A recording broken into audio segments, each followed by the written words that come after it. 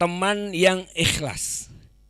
Teman yang pada saat dia bergaul dengan kita, dia tidak menginginkan apa-apa kecuali memang persahabatan yang tulus dengan kita dalam kecintaan kepada Allah Subhanahu wa taala. Ini pegang baik-baik nih. Jangan sampai kita melihat teman itu karena dia punya sesuatu.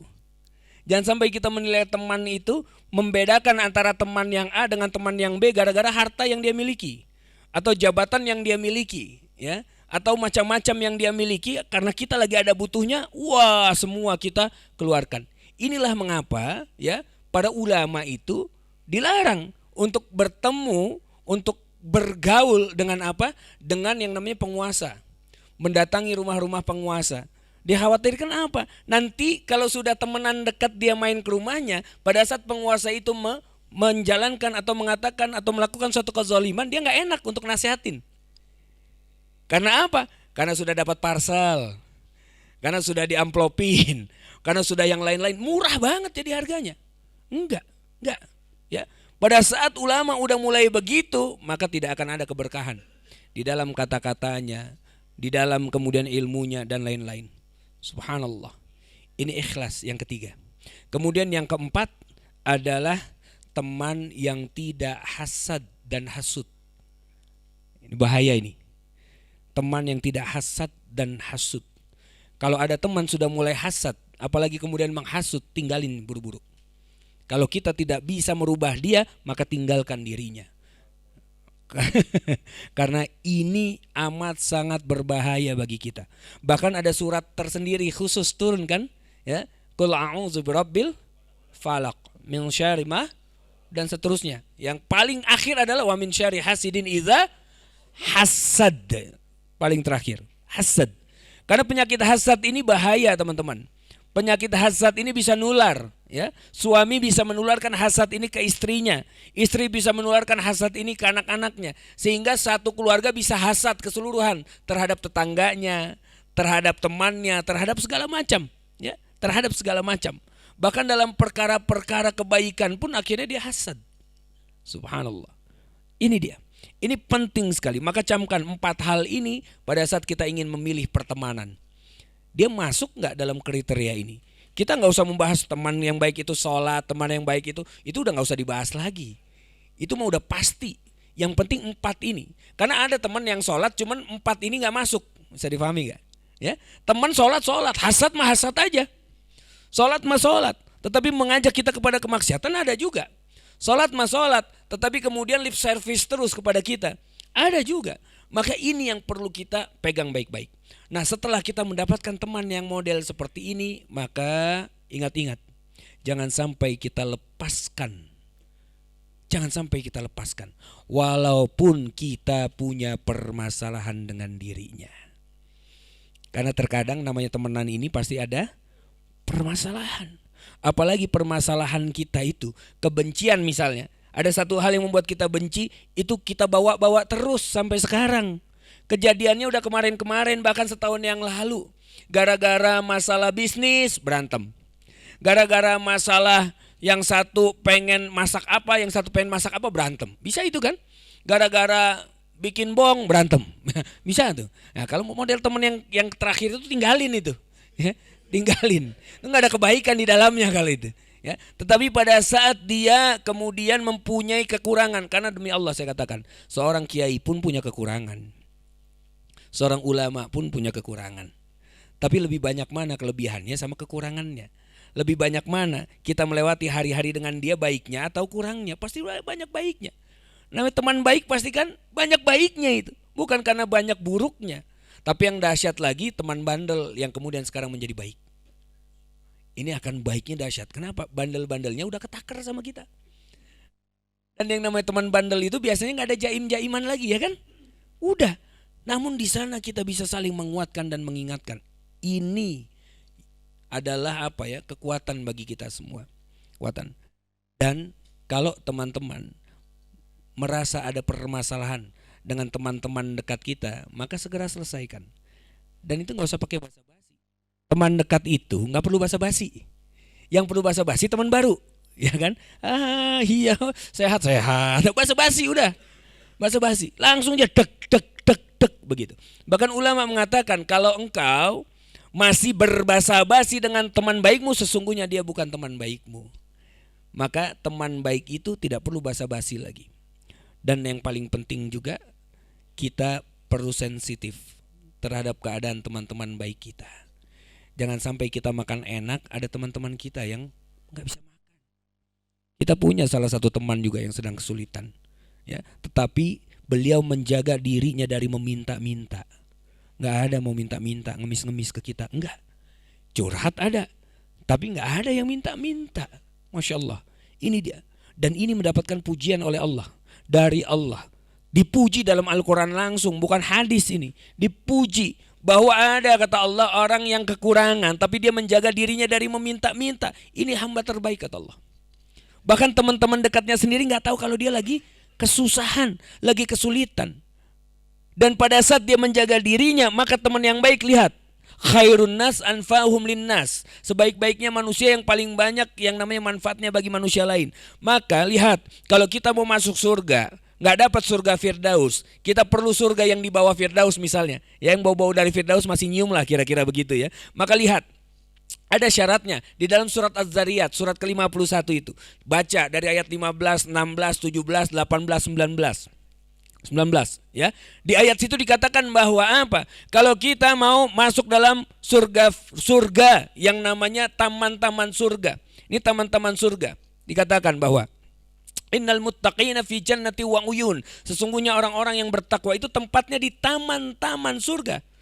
Siapa mereka itu ya Allah? Ya. Qalilan minal laili ma yahjaun. Ya. Mereka itu adalah orang-orang yang tidur malamnya sedikit. Tidur malamnya yang sedikit, bukan yang nggak tidur-tidur. Iya, wah, aneh kayak tidur malam aneh dikit banget dulu Tat. Lu nggak tidur-tidur tong? Bukannya tidur malam dikit, emang nggak tidur, beda ya. Tidur malam dikit berarti begadang nonton bola, enggak. Tidur malam sedikit itu karena dia banyak menghidupkan malam-malamnya. Kadang istrinya sendiri nggak tahu. Istrinya sibuk ngorok kayak misalnya, gitu nggak tahu ya.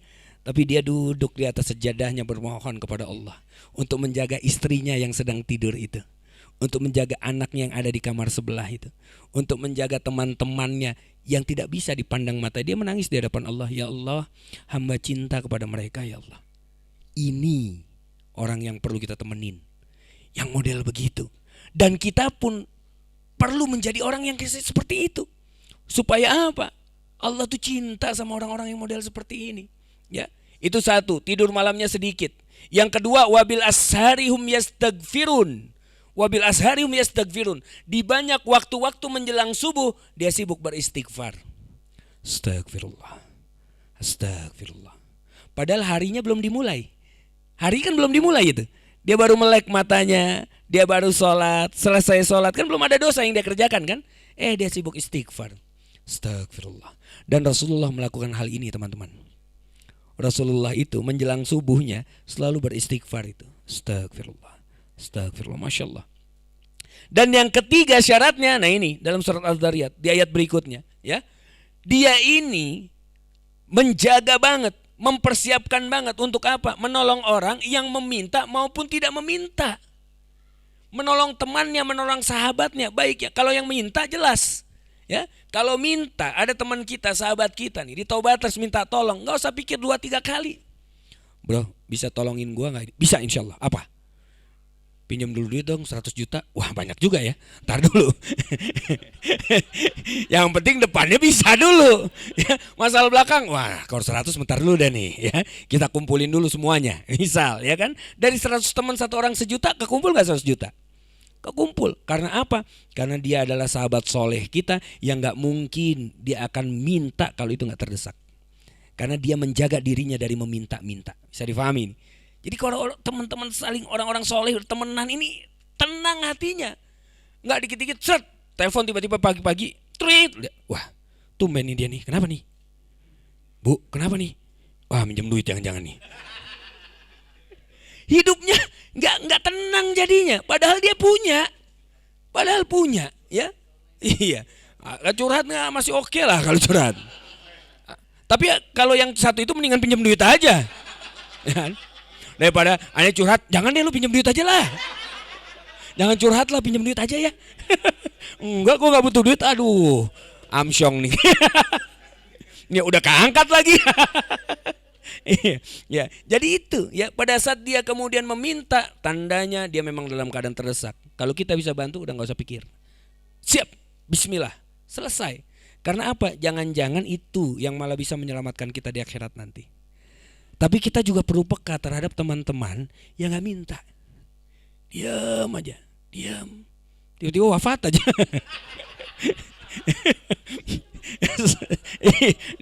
Diam gak napas ya kan? Wah, diam, tapi dia menjaga dirinya. Ini perlu kita sensitif terhadap hal-hal itu.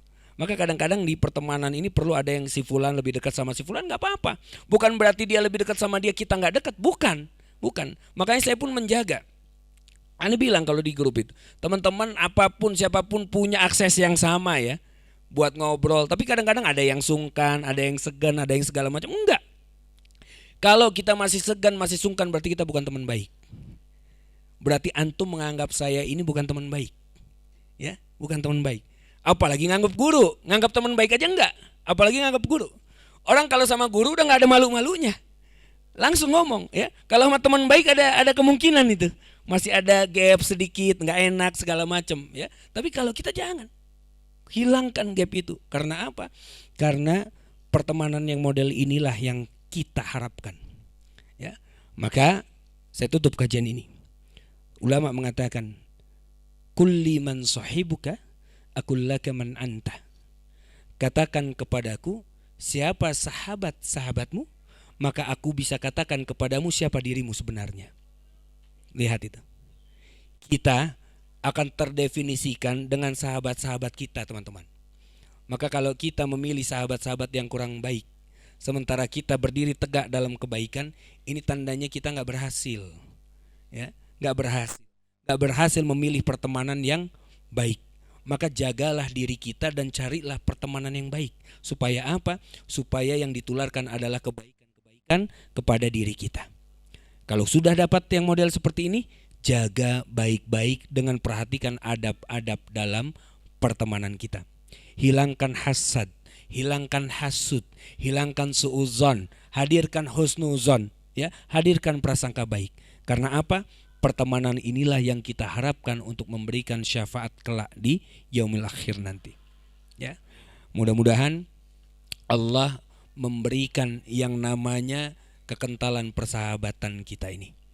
Mudah-mudahan Allah mempersatukan kita kembali nanti di akhirat sebagaimana Allah kumpulkan kita pada malam hari ini dalam keadaan seperti ini, maka seperti ini pula lah Allah mengumpulkan kita di surganya Allah Ta'ala. Amin, amin ya rabbal alamin. Baik, mungkin ini saja yang bisa kami sampaikan pada kesempatan malam hari ini. Ini pilot project kita dengan Faith Camp kita. Mudah-mudahan ini akan menjadi acara yang rutin insyaallah ya. Mudah-mudahan nantinya kita juga bisa lebih banyak membuka kesempatan bagi teman-teman yang lain untuk bisa bergabung kepada kita. Yang terpenting sekarang kuatkan dulu nih persahabatan kita yang sekarang ini. Kita saling menguatkan dulu.